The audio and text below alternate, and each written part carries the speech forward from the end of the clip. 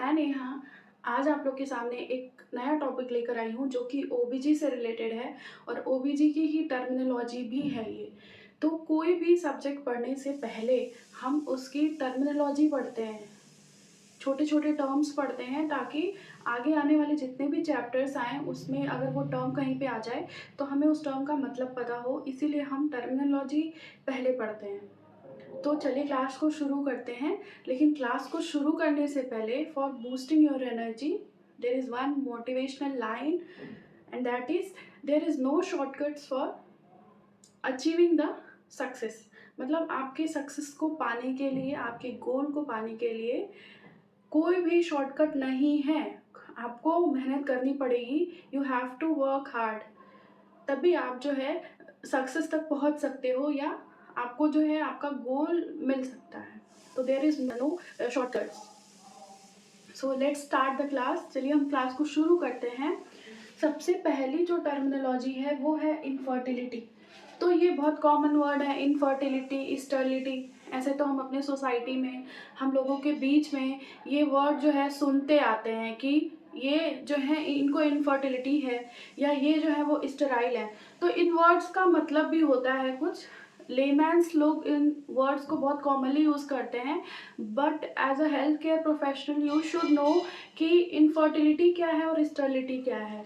तो इनफर्टिलिटी जो होती है वो आपका, अगर कोई कपल है और वो लगातार 2 इयर्स तक जो है अनप्रोटेक्टेड इंटरकोर्स कर रहा है और उसके बाद भी जो है जो मदर है वो कंसीव नहीं कर पा रही है, तो हम उसको इनफर्टिलिटी कहते हैं।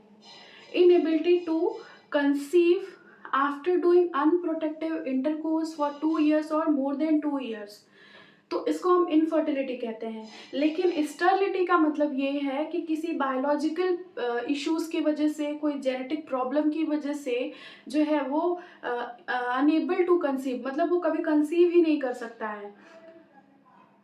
जो आपका इनफर्टिलिटी है उसमें जो है कंसीव कर सकता है, कपल जो है वो कंसीव कर सकता है, लेकिन स्टेरिलिटी में वो कंसीव नहीं कर सकता। उसको ऐसी बायोलॉजिकल प्रॉब्लम है, ऐसी जेनेटिक प्रॉब्लम है जिसमें वो कंसीव कर ही नहीं सकता है, वो परमानेंट है, हमेशा के लिए है। तो हम उसको कहते हैं sterility, permanent inability to conceive, that is called sterility.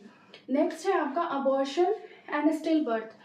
Abortion क्या है एंड स्टिल बर्थ क्या है, ये भी बहुत कॉमन सा वर्ड है अबॉर्शन, जो कि हम जो है अपने लाइफ में बहुत ज़्यादा देखते हैं, सुनते हैं। तो चलिए समझते हैं कि अबॉर्शन क्या है और स्टिल बर्थ क्या है।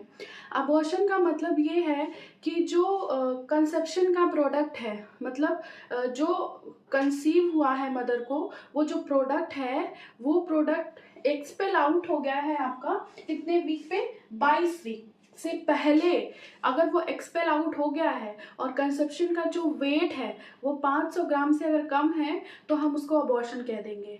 मतलब 22 हफ्ते की उसकी प्रेगनेंसी होगी, उससे पहले ही जो कंसेप्शन का प्रोडक्ट है, जो भी आपका फीटस है, उसको हम कंसेप्शन का प्रोडक्ट कहेंगे।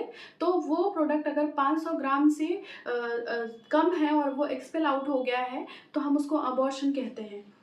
उसके बाद है नेक्स्ट स्टिल बर्थ।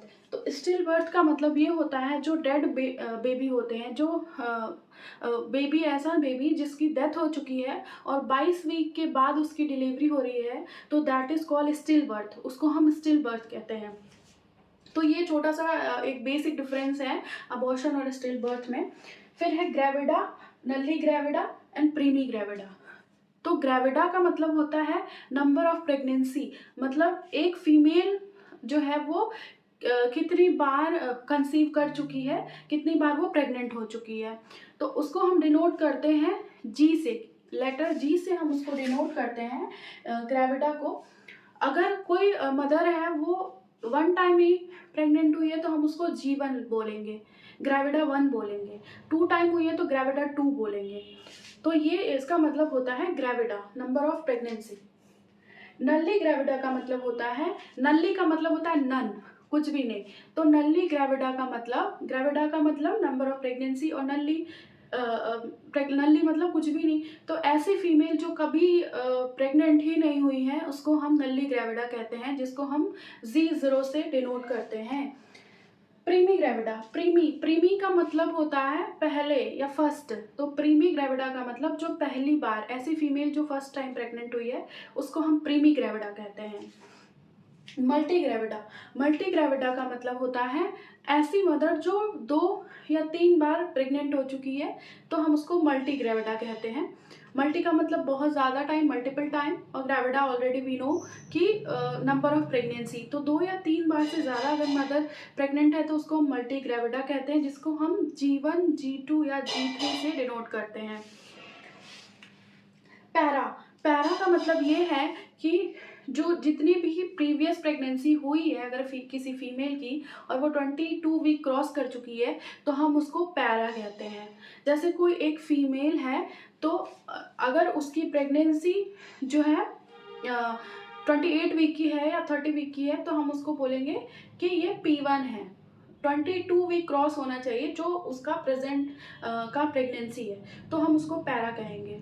तो ये कुछ टर्मिनोलॉजीज थी जो कि इम्पॉर्टेंट थी, क्योंकि ये टर्मिनोलॉजी आपको आगे के जितने भी आप चैप्टर्स पढ़ेंगे ओबीजी के, उसमें ये टर्मिनोलॉजी कहीं ना कहीं आती है और आपको ये टर्मिनोलॉजी कॉमनली भी सुनने को मिल जाता है। या जो भी हॉस्पिटल में जो लोग वर्किंग होते हैं उनमें भी केस शीट में, पेशेंट की केस शीट में G0, G1, G2, G3 ऐसा करके लिखा होता है।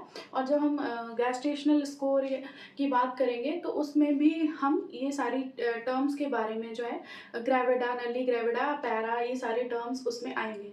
तो इसलिए उस पॉइंट ऑफ व्यू से ये टर्मिनोलॉजी इंपॉर्टेंट है। सो आई होप आप लोग को क्लास समझ में आई होगी, और नेक्स्ट क्लास में कुछ और टर्मिनोलॉजीज की हम बात करेंगे। तब तक के लिए keep studying and keep smiling and work hard. So thank you so much.